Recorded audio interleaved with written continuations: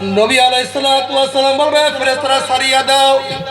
আমার উম্মতদেরকে আমি এক পেয়ালা হাউজে কাউসারের পানি পান করায় দেব, 50,000 বছর মানে পানি পয়সা লাগবে না। তখন ফেরেশতারা বলে ইয়া নবী আল্লাহ ইয়া রাসূল, আপনি তো জানেন না আপনি দুনিয়ার থেকে বিদায় হওয়ার পরে এই কপাল পরার নামাজ পড়তো না, রোজা রাখতো না, এই কপাল পরা বিবর্ধ অপকর্মের মধ্যে লিপ্ত থাকতো, গাঁজা ইয়াবা মদ এমন কোন নেশা নাই যে এই নেশা করতো না।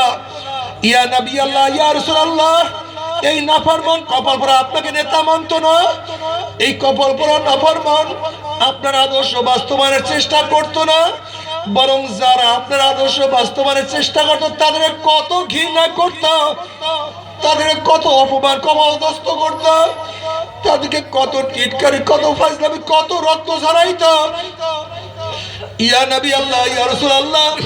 এই নাফরমান দ্বীনকে পরিবর্তন করিয়া ফেলাইছে। এই কথা শোনার সাথে সাথে নবী আলাইহিস